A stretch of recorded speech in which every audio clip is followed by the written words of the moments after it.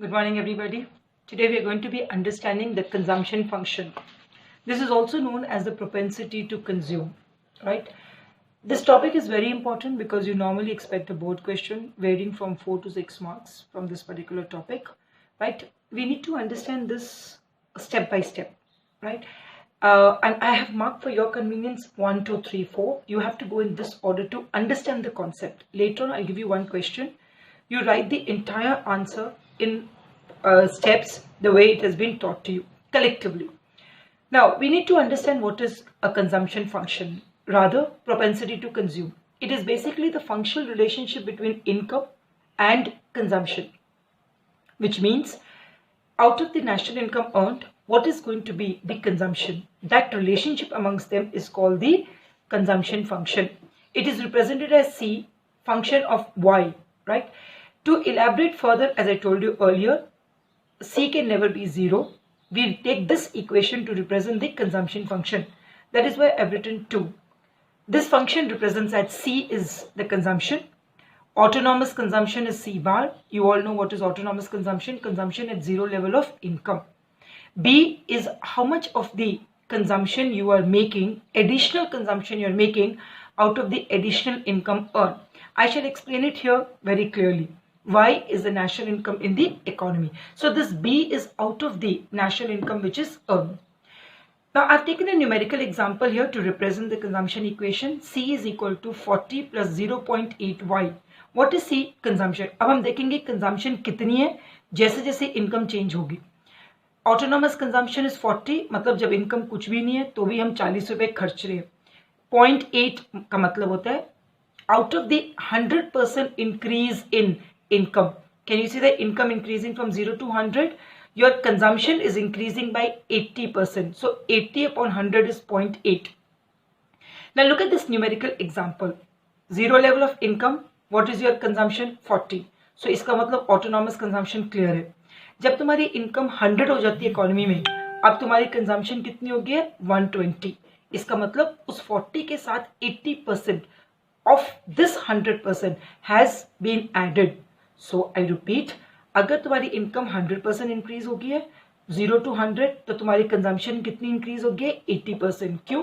40 to 120. So continuing with the explanation, if I have to plot the consumption curve on this particular diagram, we have consumption here, we have income here. We are showing a graphic representation showing the relationship between consumption and income. I told you earlier also, aggregate supply is considered as income. तो हम income को हमेशा 45 degrees line लेते हैं, right? So this is the 45 degrees line, angle 45 degrees at the origin. Consumption always begins here, a point above 0, because there is autonomous consumption of 40. So ये जो C देख रहे हो, ये point 40 है. जैसे जैसे income बढ़ रही है, remember consumption भी बढ़ रही है. Initially क्या हो रहा है? From O to M, consumption is increasing more than income increase. देखो 0 है 40 है 100 है 120 है. ये दोनों केसेस में अगर तुम देखोगे तो तुम्हारी कंजम्पशन इनकम से ज्यादा है.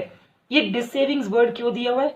ये 40 रुपीज को मीट करने के लिए you are using your past savings, हम उन्हें डिस सेविंग्स कहते हैं, which we are going to do a little detail in the next topic. When your income reaches 200, your consumption is also 200.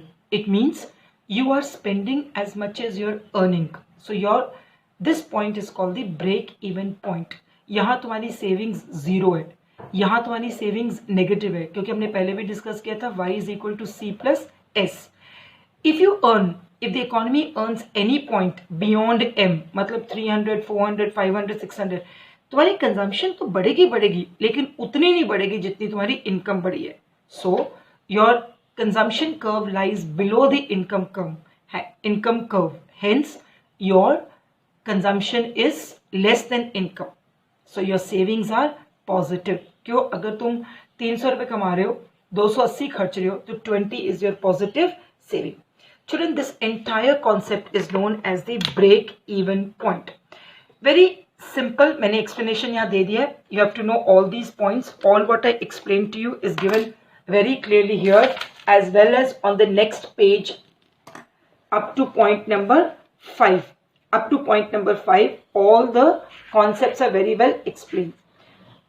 But for the sake of your understanding, I'm just repeating the whole concept again. First, you should know what is a consumption function definition. You should know the consumption function equation. You should know the schedule which is made out of this schedule. Once you're done with the break-even point, which is a 6 marks question, you need to understand two related concepts of consumption.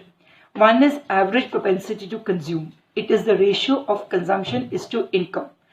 If my consumption is 80 and my income is 100, it means my APC is 0.8, right? If my consumption is 120 and my income is 100, it means my APC is 1.2. So if you look here in the schedule here, they have just taken an example. The same schedule we are moving ahead.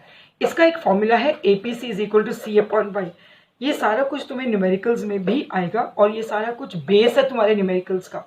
अगर तुम ध्यान से देखोगे 0 and 100 तक मैंने लिखा है C is greater than Y. So obviously your APC will be greater than 1 because numerator is bigger than the denominator. C is equal to Y, so your APC is equal to 1. Children, if you remember, I did break-even point. At break-even point, APC is always equal to 1. When your income increases and your consumption increases, but consumption is less than income, your APC is going to be less than 1. These points given here on page number 7.7 according to my book are very, very important. When you are doing these points, you must understand you should relate it to the table given above. So I've written it very clearly. Based on table 7.4, you will be going through this explanation. That is, APC can be more than 1. ये सारा तुम्हें true and false में आ सकता है, ये सारा तुम्हारे MCQs में आ सकता है, ब्लैंक्स में आ सकता है, रीजंस में आ सकता है. All these are very, very important. APC can be more than 1. Simple reason, yes, when APC is greater than 1, when C is greater than Y. APC is equal to 1 at break-even point because C is equal to Y. APC will be less than Y, 1 when C is greater than C is less than Y. APC falls with increase in income. क्यों? Because you are not spending that much as you should be spending when your income is increasing. APC can never be 0. We already saw because consumption can never be 0. Consumption 0 क्यों नहीं हो सकती? Because there is something called autonomous consumption.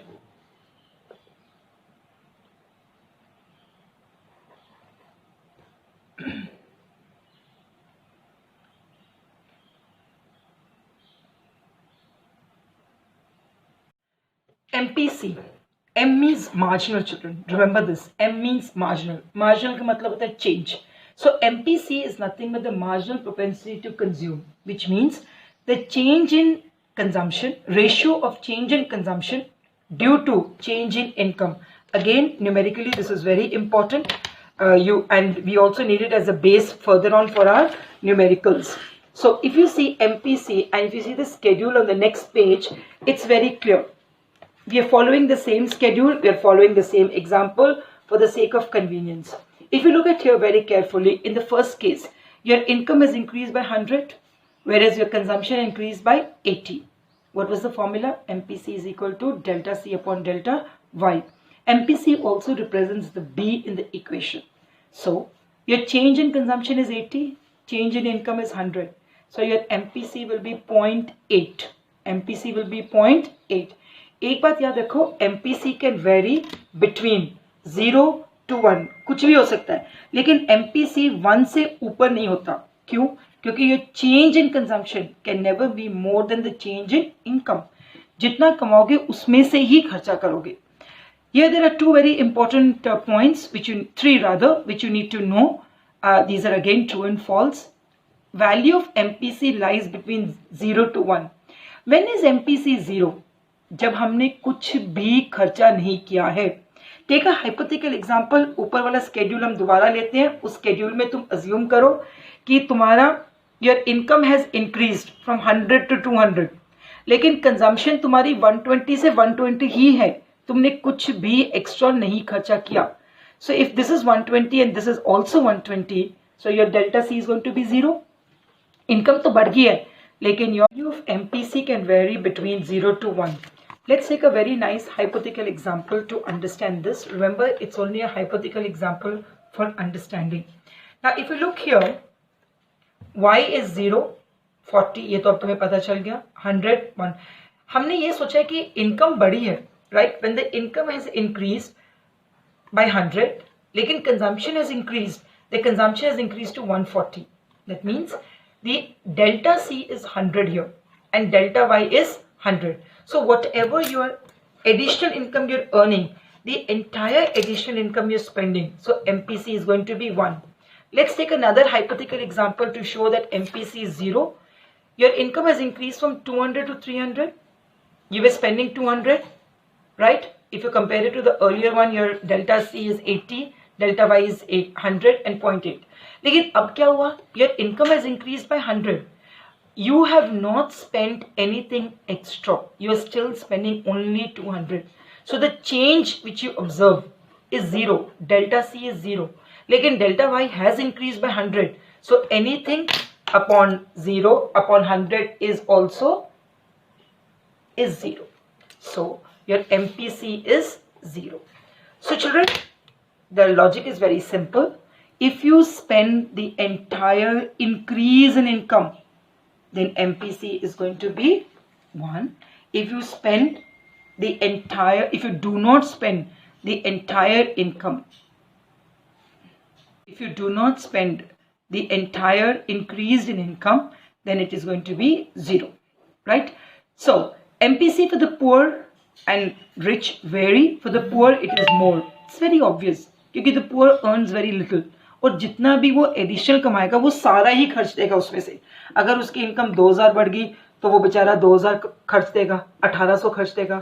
But for the rich, वो अगर 20 लाख कमाएंगे तो वो 20 लाख के 20 लाख नहीं खर्चेंगे. Probably they'll spend just about 1 lakh, 2 lakhs or 3 lakhs. So the MPC for the rich is lower as compared to the poor. MPC will always fall with increase in income. Very simple. Because जैसे से तुम्हारी income बढ़ रही है, उस बढ़ी हुई income में से तुम सारा खर्च नहीं करना चाहोगे. You will start to save more in comparison to your income earned. So children, this is the difference between APC and MPC, a typical board question for 3 to 4 marks. Learn it as it is. It will give you a recap of what we have done until now.